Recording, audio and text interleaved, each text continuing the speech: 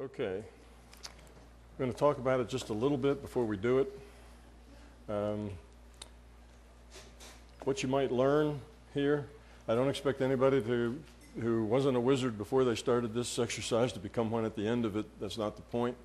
The point is to help you understand what's going on when you do these, when you practice these paranormal exercises. So you'll have a little bit of experience with healing and diagnosing and remote viewing and seeing auras and that sort of thing. So we're just going to step through. Now you will be able to use these techniques. If you work at these techniques, you'll get good at them. Anybody can do it. It doesn't require special talent. Anybody can do this sort of thing. And here are some ideas about how to go about it. These are not the only ideas. I'm just giving you some useful metaphors and ways of thinking about it. Okay, so this is not the only way you can do it.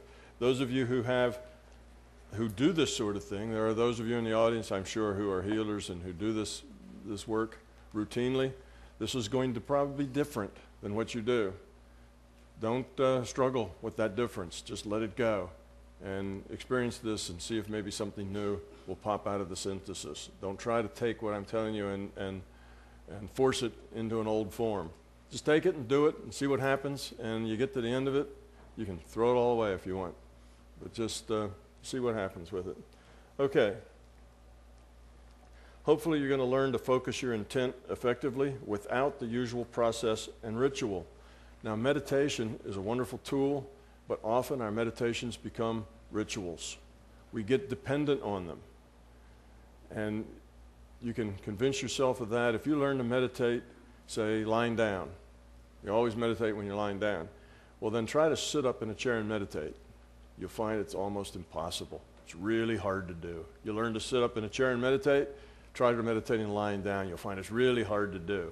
The reason is it's become a ritual. You've become habituated to the form and the process. And if you always have to meditate, say before you heal or before you have to go through a procedure and you have to first relax your feet and then relax your head and then do this and that and you breathe this way, that's a ritual you go through. And you can't function until you've done the ritual. Okay, so we're not going to do rituals here. We're going to just let the rituals go. We're going to jump right into it. You know, we're not going to relax. We're not going to do anything at all like that. We're just going to jump in and do it, and you will be surprised to find that you can do that. No rituals required. You can just jump right in and do it. What you need to do, though, is let go of all your preconceived notions and beliefs that the ritual is necessary. All right, secondly, we're going to do a little parallel processing and multitasking, some multiple realities. I'm going to have you listening to my voice, which obviously is here in this physical reality. At the same time, your mind is going to be doing something else in another reality frame. So that's parallel processing between two realities at once. Okay, now before we get started, I'm going to ask you just to relax and listen. See cars drive by. You may hear children hollering, you know, trucks backing up and the beeper going off, whatever. Just let all that go. It'll only bother you if you let it bother you. Same with the heat. Just let it go. Don't let anything get in the way. Okay, we're going to learn to switch states. You're going to go and do things, and then you're going to come back and you're going to make little marks on that paper about what you saw, because then I'm going to give you the truth data later, you know, just what was wrong with these people so you can see. This is not going to be a test. Nobody's going to check your work. Nobody's going to ask for all the hands of the people who got it right or anything like that. This is just for you. So no performance anxiety, please. That will get in the way quicker than anything. It's just for you to experience. Okay? But we will tell you whether you get there right or wrong. Okay, now I'm going to have you go heal an individual, and all I'm going to give you is their name and initial, like John Q. Okay, that'll be it. Now, there's probably at least 100,000 John Qs somewhere on this planet. So in your mind, if you just say, okay, my intent, I want to go see John Q, that's not going to work. Too many John Qs. You'll just get a random John Q if you do that.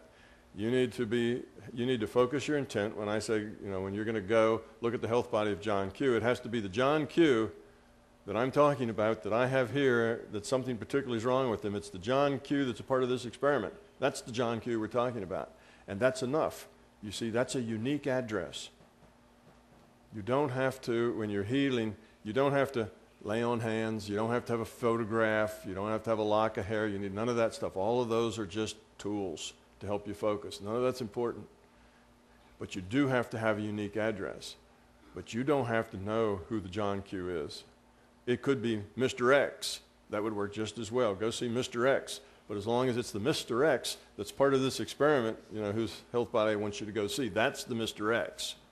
See, that's unique because I know who the Mr. X is, and I've got the data here.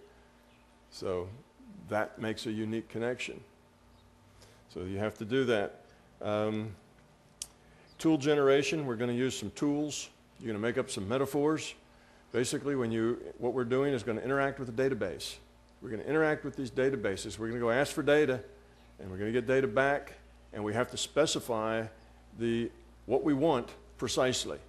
You can't be sloppy about, show me something about John Q. You know, you're not going to get anything of much value. You have to say precisely what you want. And sometimes that's difficult. You know, it's like any database. You go into Google and you write love. You get 6 million replies back, you know, from everything, you know, from poems about love to pornography. You know, everything comes back. This is the same way. When you go into the database, you need to be very specific and precise about what's going on. If in your mind, when we go to diagnose, you say, all right, I'd like to look at John Q's organs and see what's wrong with them, you've already made an assumption. It has something to do. It may have been, you know, a toe problem, or a hand problem, or a head problem, or something else. It may not have anything to do with internal organs, but you're just focused on the body because somehow that's what you think about when you think about something's wrong with someone. You know, you know, you have to just be precise. So that's another thing. So we're going to use tools. We're going to use some metaphors. These metaphors you should make up with your imagination. Now, I'm going to give you some to use, and you can use mine, or later when use mine now, but later when you do this on your own, if other tools and metaphors suit you better, use those. Practice with them, see if they work for you. All right. When you go access the database, it's very important to have the right attitude. When you go access the database, you have to be a scientist. This is where you're getting the real data. You send out your query, your intent, and you just have to be open to see what comes back. If you start guessing or think that it has to make sense, that will get in your way.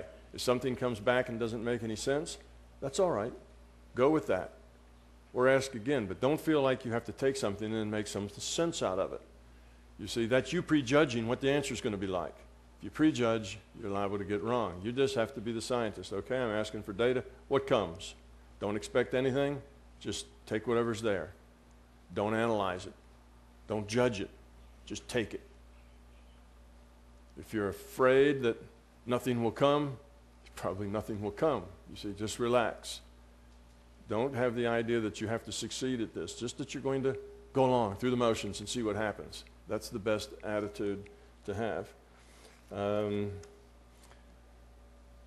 When we do the remote viewing, the very first thing comes into your head is usually the best thing. Actually, that's true with the healing and the diagnosing too. And that's because the second thing that comes into your head is your analysis of the value of the first thing.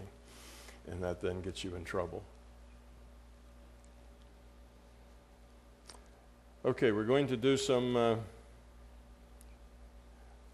just a few warm-ups, and then we're going to talk a little bit about the approach, and then we're going to get into the exercises. We're going to have 7 exercises that we're going to do, but let's do a little bit of imaginative warm-ups here.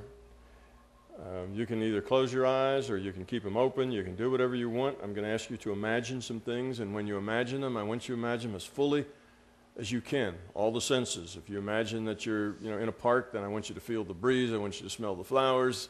I want you to feel the dirt on the ground, the grass, whatever. I want you to just imagine, see, and hear, and smell, and touch as much detail as you can. Just get involved in the whole thing. All right, so let's do this. Let's do some warm-ups here.